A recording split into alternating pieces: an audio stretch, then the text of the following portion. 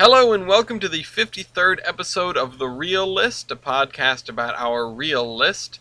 I'm your host, Ellis. And I'm your host, Gloria. And today we have a selection from me, and this is one I've been sitting on for quite a while. This is the 2004 Japanese animated steampunk action film, which that's a lot of words next to one another for genre. This is Steamboy, which... Yeah, this is an interesting film for me, directed by Katsuhiro Otomo, and I don't want to, start to butcher these names, so there's a lot of, it's a Japanese film. Second release following Akira, which is a film that has actually been recommended to me, and as I understand has a pretty strong cult following. I don't really know anything about it, but the fact that this movie is sort of tied to that one by the same director, it gives it a little bit more legitimacy to me. This was the most expensive Japanese anime film when it was created, which is about a $26 million production budget in US dollars at the time. It had been in production for 10 years, apparently. So, yeah, it's a blend of I think it's a blend of 2D and 3D animation at some points. But yeah, and CG and stuff like that. This was released the same year as Howl's Moving Castle. Oh, it for was? the record, yeah, 2004. Which it's kind of funny because this is like Howl's Moving Castle if it was not magic but instead technological. I mean, the whole pinnacle of the steam movie. castle. Yeah, the whole pinnacle of the movie is the steam castle. I'm not really gonna, I guess sometimes we do a plot summary, but I think I'm just gonna jump right into this, without much beyond saying that it's a story of a boy. I guess I don't think it's ever stated exactly how. Oh, he's 13. Who receives a mysterious package from his grandfather. Who's in America. Yeah, who was up until that time in America with his father. Grandfather shows up, says that his father's dead, and then he's sort of launched into this feud between the two of them because the father is not dead. And I really did like their conflicting ideologies, and him standing in between. You know what the parallel is here? Because it's about, what does a scientist do when presented with the opportunity to sort of make weapons? What is science for, right? A lot of it gets used for weapons, or some of it gets used for the common good. Mm-hmm. And it makes me think of Father. Oh, yeah. The Sabaton song that Gloria loves very much. It's a good song. About the guy who invented poison gas, but also invented, fertilizer. We wouldn't have the population of the world today without him, but also he invented poison gas. It's just one of those things. That's the sort of chance you take as a scientist, and him being stuck between these two ideologies makes the second act very interesting to me. And then the whole movie falls apart in the third act. It just becomes a rolling catastrophe. I wanna say something. Absolutely. In the beginning of the movie, Edward, or Eddie, the father, was calling his father, the grandfather, Lloyd, a madman in the beginning. Yep. And then towards the end of the movie, the grandfather was calling Eddie a madman. Mm-hmm. So I saw the nice parallel there, he's calling his son he's calling his father a madman, now his father's calling his son a madman. Yeah. And for a blatant example of that turning itself on its head, doesn't Eddie at one point parrot one of Lloyd's lines from the very beginning right back to him? Something about progress requires taking risks, or with great risks becomes yes. Which is right before he gets blasted with steam in the beginning and turns into a cyborg, basically. I have so many comments about that. What? Okay, first of all, the little hairs dangling off his head. Oh my god, it's so uncanny. Dude could have shaved his head like Rock the Bald. Half of your face was covered anyways, because you had a scar there they were afraid to show. I don't think it said he had a scar there. I think it was just in the end, when he takes the side off, you can see him because he's looking through the telescope in the steam castle. You Oh, can okay. see he's got like a mark on his face that's supposed to signify some sort of scar, and he was wearing that half of the helmet to cover it. Oh, okay. I thought there was like something effed up under there. I must have missed that. Because Uh, you see it towards the end like in the climax of the movie where he's sitting up mhm. front before they really start attacking when they're doing the test. Yep. Well, test. Yeah. The test of the Steam Castle is, again, like I said, I feel like this movie totally falls to pieces in the third act. It just kind of gets confused. It doesn't. I feel like it loses the sort of message, and I'm not sure Eddie's heel face turn is deserved or like properly led up to. That said, I really like this. It holds a special place in my heart because I saw it when I was a kid. We also really don't know what happens after, like I know like the movie ends, but like you know how they give you like a small synopsis. They never give you that in this movie Of what? of like how everything really turned out in the end. There apparently was a montage in the credits. I just don't think we saw it, or the version of the movie that we watched didn't have the montage in the credits. Yeah, the ending montage reveals James returning home, later becoming a global superhero using jetpack gear from the castle. Lloyd introducing James to electricity and finally passing away. Eddie founding a corporate conglomerate. Scarlet maturing and becoming a famous pilot. And the Great War being fought with paratroopers and zeppelins. I am glad that James and Scarlet did not end up together. Oh my god. What was the one thing you said? You said Spinell can stay, but Scarlet can go in the canon. Scarlet can go in the canon. The movie, like, you're first introduced to her just, like, beating the crap out of her dog. Oh my god.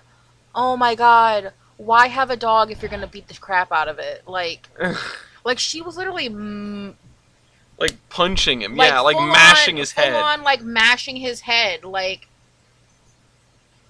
what? And Yeah. then the dog runs away from her, and then she full on whops the dog again, and I'm like, no wonder he's running away from you. And then she sticks him in a pot, what looks Yeah. like a pot. Mm-hmm. And it's funny because, not to say that she's a driver of the plot, but like she's the daughter of the conglomerate that is driving the plot. She's the granddaughter of the founder. Granddaughter, that's right. Of the foundation. You know, actually, something that's something I really like about this movie, that it feels like James, or Ray, as they call him throughout the entire movie. Yeah, I didn't know his name was James. I didn't either until I looked at the article. He doesn't have that much of an impact on the plot. No. Which, usually you think like, well, you know, what the hell? Like, the main character isn't doing anything. But in this, I feel like it's a good thing. If it can be. No, because he was staying really... I mean, he's the main character. They really can't keep him hidden. But the thing I like about this movie is that they didn't always focus on the main character. They also told different parts of this story so you get the full picture. Yeah, well, I guess what I'm trying to say is, yeah, it doesn't focus on him, but also, like, the progression of things that happen in the plot. I don't feel like many of the most important things happen because he's there. Like, I feel like most of the stuff would have happened whether or not he is introduced, like, whether or not he gets the steam ball or whatever. I mean, the fact that the diagrams go to Robert Stevenson in the beginning, that is a result of him being there, but Stevenson seemed to already kind of know what was up. And then the whole battle between Eddie and Lloyd, and between the castle and Robert Stevenson's forces, I don't think any of that would have functionally changed if Ray didn't exist, you know? Maybe they wouldn't have got the Steam Castle back on course, and many more people would have died. But it's sort of like if in Star Wars A New Hope, if Luke isn't the one to make the kill shot on the Death Star, somebody else does it. You know? Han Solo. Yeah, exactly. It's sort of like he was there for a lot of the plot, but he's not necessarily guiding it. He's also the big bad's son. Yeah. So, I mean, it would be kind of hard to keep him out of the spotlight. I mean, I feel like I was really going hard with the Star Wars parallels in my head as we were watching this, but him being the big bad son is one that I missed somehow. How'd you miss that? I don't know. I wasn't thinking that. I was just thinking plot-wise. The Steam Castle does totally kind of look like a Death Star when it rises and whatever. Also, in the beginning, Rey's mother treats him like an outcast. I don't know if that's his mom. I still don't know if that's his mom. It was his mom, because... Well, then who was the other girl? I don't know! I feel like... I thought... I don't know why, but for whatever reason, I always thought he was like with a foster family. Why would his father say, "Oh, I write your mother every month"? Oh yeah, okay, that's fair. That's fair. I don't know why it just always felt to me like a foster family. Probably because his mother treats him poorly, I guess. Literally sat him in the corner in a friggin' dunce cap. Well, yeah, but that's because he beat the crap out of the kid. Because the kid deserved it. Oh, okay, but that's not how that usually goes. You know, your kid comes home and another mother says he gave my kid stitches. You know. Well, was your kid bullying my kid? I mean, I'm not saying that the other kid shouldn't be punished also. I'm not saying the other kid didn't get what he deserved. I'm just saying that if you bash someone in the face with like a piece of pipe, you probably should get in trouble a little bit. Maybe. At least disciplined a little bit. It's not like he's going to jail for it. Although not giving him dinner is kind of rude, but it was a different time. Sat him in a dunce cap, though. The dunce cap is funny. We need one of those. For who? Me. Alright, I'm leaving. Bye. Bye. Bye. Bye. This is why I need a dunce cap. Bye. You'll be back. No, I won't. But yeah, so the most wacko part of this movie was, and this is one of the few things I remembered from watching this as a kid, is when Eddie and Lloyd have finally come together and they're running the castle from the internal control room, which is a really cool sequence. Mm-hmm. Even if, again, I feel like that coming together is not earned or telegraphed at all. No, because then then Eddie just takes off. Eddie just takes off. But the thing is, Eddie comes back and is like, I guess I'll help you run this thing. He doesn't say that, but he does it. After Lloyd shoots him. That's what I'm talking about, though. Eddie takes off after he helps him. Yeah. He's like, alright, bye. You can blow up here. I'm not. Yeah. And we don't even know. I mean, clearly they both escaped because they're both in the post-credits sequence or whatever. But, yeah, I don't know. He does totally do that, which is a little rude. But the wacko part is that he goes, oh, well, I guess we might as well show the public your vision for the Steam Castle while we're here. It's just the movie going like, hold up, while we're here, let's just do this other totally unrelated thing. Mm-hmm. And then all the carousel horses and amusement rides pop out of the top of the Steam Castle. Which is something that, while we were watching the movie, I went, I vaguely remember that happening. No, there's no way. Like, I made that up. There's no way that's a real thing that is about to happen in this film. And then it happens, and I looked at you, and you're just like, what the hell? And it starts playing carnival music in the middle of this, like, incredibly tense sequence.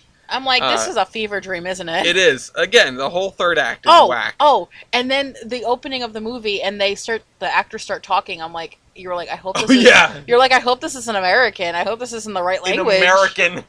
I hope this is in English. Not American, English. Yeah, well, because the second time I tried to watch this movie, I could only find a sub. Oh. But the dub is legit. It has real actors, not just like, oh, we got some random people to dub the voices. Seriously. And hold on. Let me you get can there. say Let me it. get You there. can say it. The grandfather starts talking, and I look at Ellis, and I'm like, is that Sir Patrick Stewart? And he was like, I don't think so. I was like, no, there's no way they got Patrick Stewart to do the voice of that. And it's like an hour later. Hold on a second. Dr. Octopus is the fucking dad. Yeah. What? Yeah. It's like an hour later in the movie, and I'm going, no, you have to be right. It has to be him. Like, it sounds like, and that's Sir Patrick Stewart. That's Jean-Luc Picard, is this dude with a steam ball. Which we never even talked about the premise of the steam balls, but maybe we'll come back around to that. Yeah, Alfred Molina is Eddie's voice. Yeah,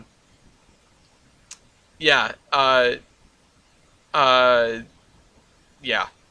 They got some big names in this. I did not expect that. And it's kind of a shame that I feel like Paul Newman. I feel like this movie is not in the public consciousness.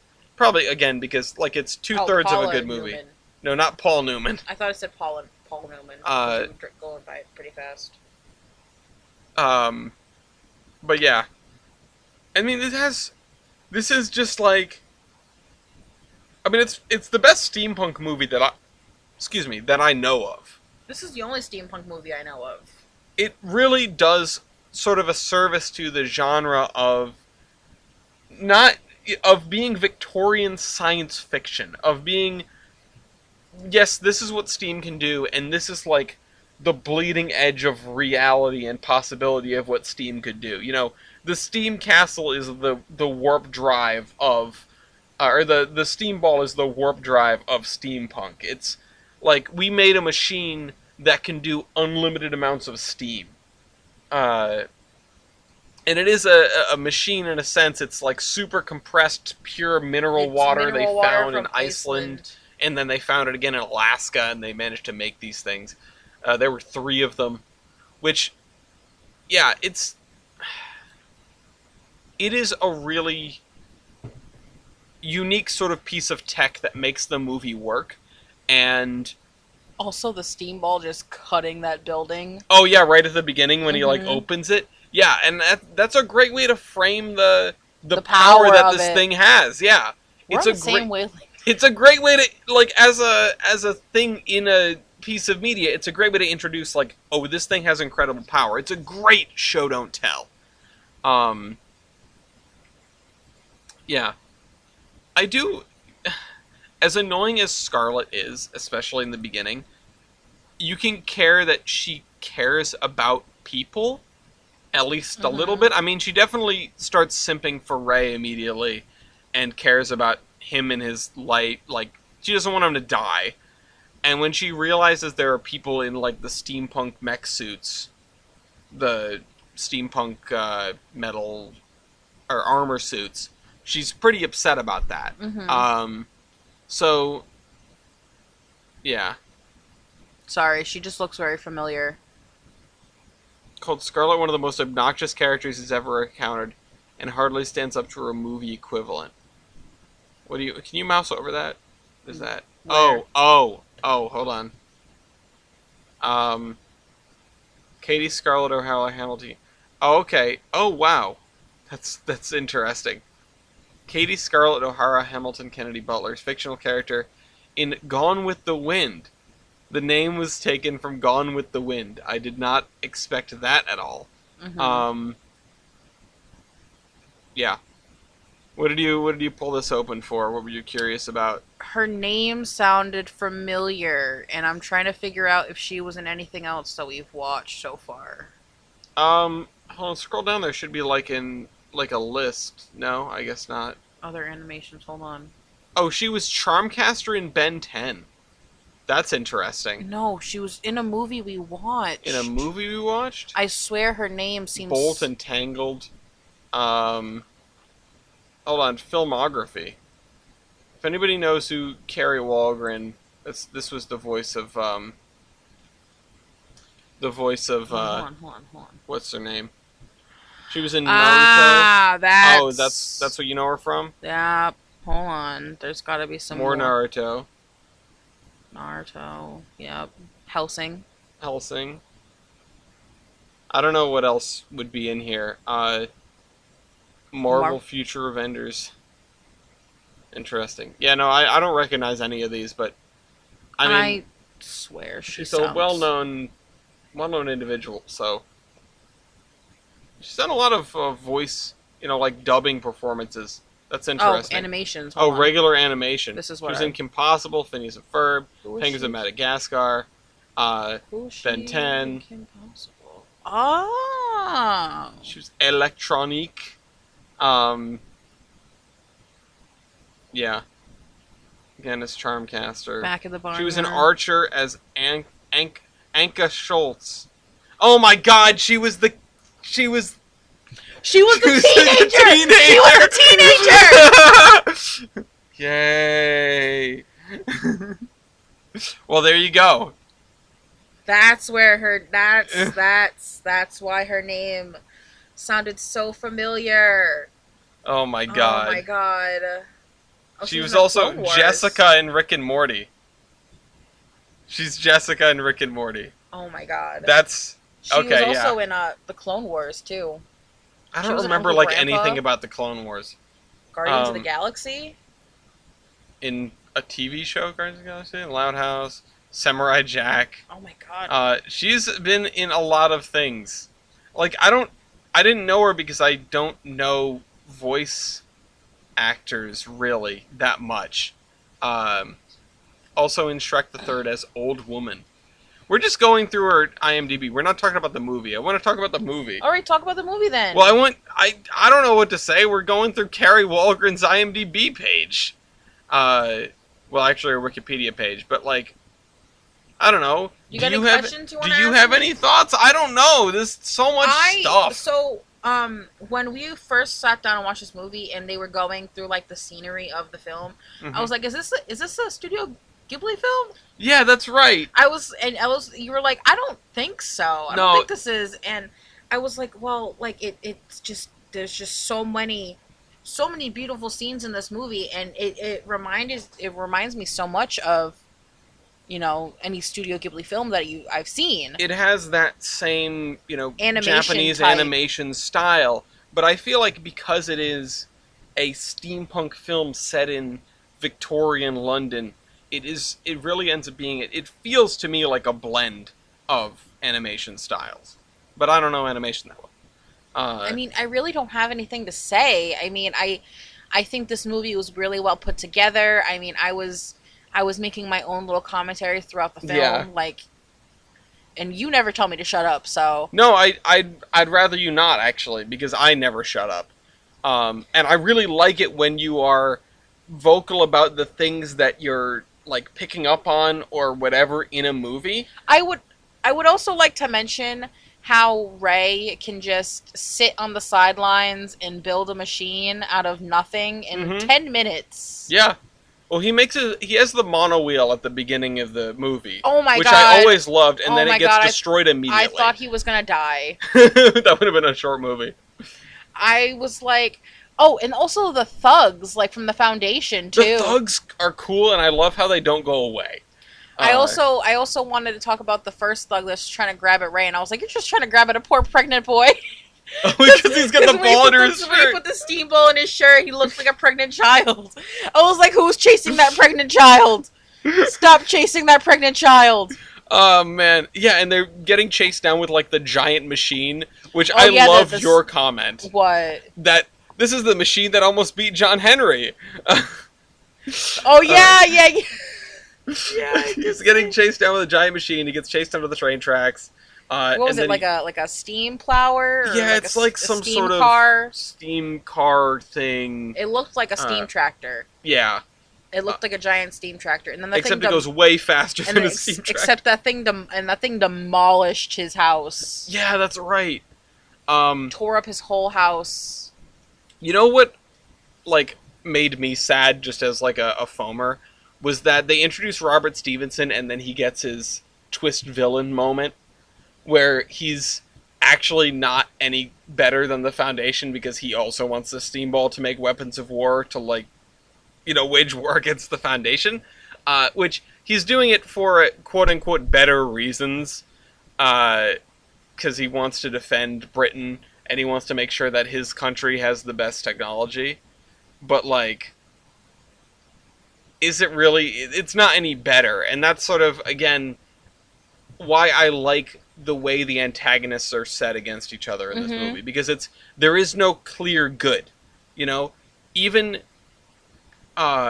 even Lloyd, who is a scientist to a fault and is all about like for the good of the people, is presented as problematic because he is too idealistic. It's very clear that like, yeah, this is supposed to be like the good thing, but it's not without problems. Yeah.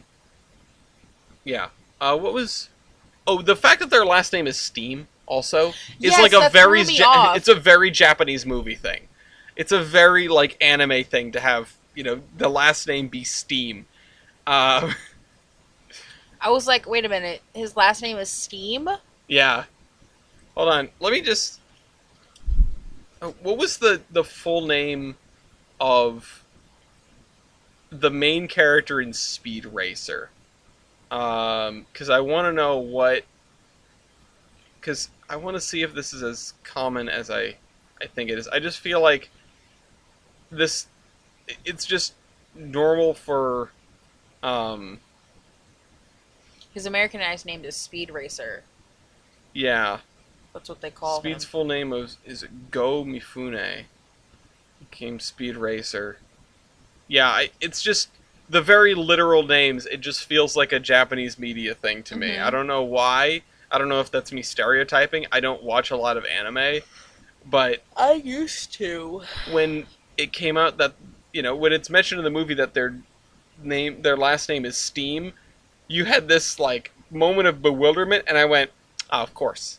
Like, of course their last name is Steam. That makes too much sense. I was like, okay, sure. Anyway. Yeah, the wacky tech in this movie is always a high point. If you can overlook how it just sort of loses the thread in the third act, and it's just about controlling the steam castle instead of having a cohesive narrative or like a cohesive theme, I guess. I mean, it's the winding down of the movie. Like it's like, oh, here's how the movie's gonna end. This is what's gonna happen. Like it really doesn't need to make sense as long as it can come together in the end to find a resolution for the end of the movie. Yeah, I just the beginning 2/3 or the second act is leading up to this like conflict of ideologies, right? Writ out in an actual battle on the fairgrounds of the Great Exhibition. And the whole third act is the dominoes are falling, oh my god, hold on. It's just trying to keep people alive, trying to keep the steam castles from crashing into things. God save the queen. Yeah, God save the queen. They're shooting battleship guns at it. Like I love the apart. scene where the steam the steam knights or whatever they're called, the guys in the suit of armor, the steam powered armor, how they were slowly just walking their way up to the Great Expedition, and they have this guard running in and they're trying to get the queen out of there, and I was like, see, that's what they're doing. They're trying to save the queen. Oh yeah. And we were sitting there trying to think who would be in power at this time. We came down to it would be what, Queen Victoria? Well, yeah, you asked me who it would be, and I was like, you were like Queen Elizabeth something, and I was like, it's the first. Pretty sure it's Victoria because these are this is the Victorian era, which I guess let's just Queen Victoria. Last thing we'll do, just the reign of Queen Victoria. Yes. So this was in fact during the Victorian times. She was queen from 1837 to 1901, reign of 63 years and 216 days, which is, what, the second longest now behind... Queen Elizabeth? Yeah. Before the one that just died. Anyway, so star ratings? I'll give this a 4.5. You're gonna give it a 4.5? Okay. I'm going to give it a 4 because even though I really enjoy the aesthetic and everything I've said about the characters and things, it's a movie that once you reach the tipping point, everything is just in service of Steam Castle shenanigans. Yeah. And that's not necessarily terrible, but it doesn't have a satisfying conclusion to me, because it doesn't put the whole package of theme and ideology and like character arcs, it doesn't put them in a little bow and finish them up for you. What were you going to say, though? Why 4.5? I don't know. This is my first time seeing this movie, and I actually I really enjoyed it. You know, and you know, I think it's a great movie, and I think it's a really well animated film, and I really have nothing bad to say about it. I would also like to say that I don't like how the father chained the grandfather up in the in like the heart of the steam castle, and was just like, you can busting him out of his. He keeps busting out of his cell. He was like, you can die here. Well, they didn't think the steam castle was going to get exploded. But yeah, no, I mean, the father is a little bit batshit crazy. Again, they both are, really. But yeah. I mean, the grandfather gets doesn't seem to care that the father got completely blasted with steam, and then just like considers him dead because he's turned to the dollar side. Also, you can notice the grandfather in the beginning of the movie as he's coming off the train before the documents get delivered to the house. You know that? Yeah, they point him out. They have like a cutaway to him almost. Yeah, then they showed like the guys from the Foundation going after him. Yeah. That's when we first get introduced to the guys from the Foundation. Yeah, and the dude from the Foundation who, like, in the end is controlling the giant robot hands, trying to smack Ray out of the air while he's flying around. that guy. Yeah, I love that henchman just sticks around for the whole movie. I don't know why that makes me that tickles me so much, but all right. Anyway, this was done almost exclusively to fill a giant hole in the movie list where we hadn't watched anything. What are we watching this week? Is Blades of Glory on here? Oh God, I don't know. Is it? It should be. Let me check. I don't remember it being on here, but there's another big gap. There's another even bigger gap. It should be. I don't know if it's on here. I could have swore I put it on here. Maybe it is. Look at. I will control F in a second. But hold on. No Blades of Glory. Okay, so no, we're not gonna watch that because it's not on the list. Let's see. Go down to a gap. Here's this one. There's not a lot of good options in this gap, I'm gonna be honest. Although it would be kind of funny if we had done Unstoppable and Unbreakable back to back. Just for the names. Oh yeah, but we'd have to do Unbreakable, Glass, Split, and then no, we'd have to do There's another gap here. Maybe we could watch The Sixth Sense. I don't know why that's the one that jumps out at me. Oh, The Blind Side. Oh, isn't that depressing? It's based on a true story. That's not what I asked. I mean, it's a little sad. We could watch Hachi, that's even sadder. Oh. You Must Be This Tall is sad. I mean, we watched that already, but it's sad. I don't know. It's between some movies. I'd have to look. It's between some movies, yeah. We'll get back to you. You'll see what movie we're gonna watch when we post the podcast next. Surprise! Sorry for the lateness. Things are not great right now.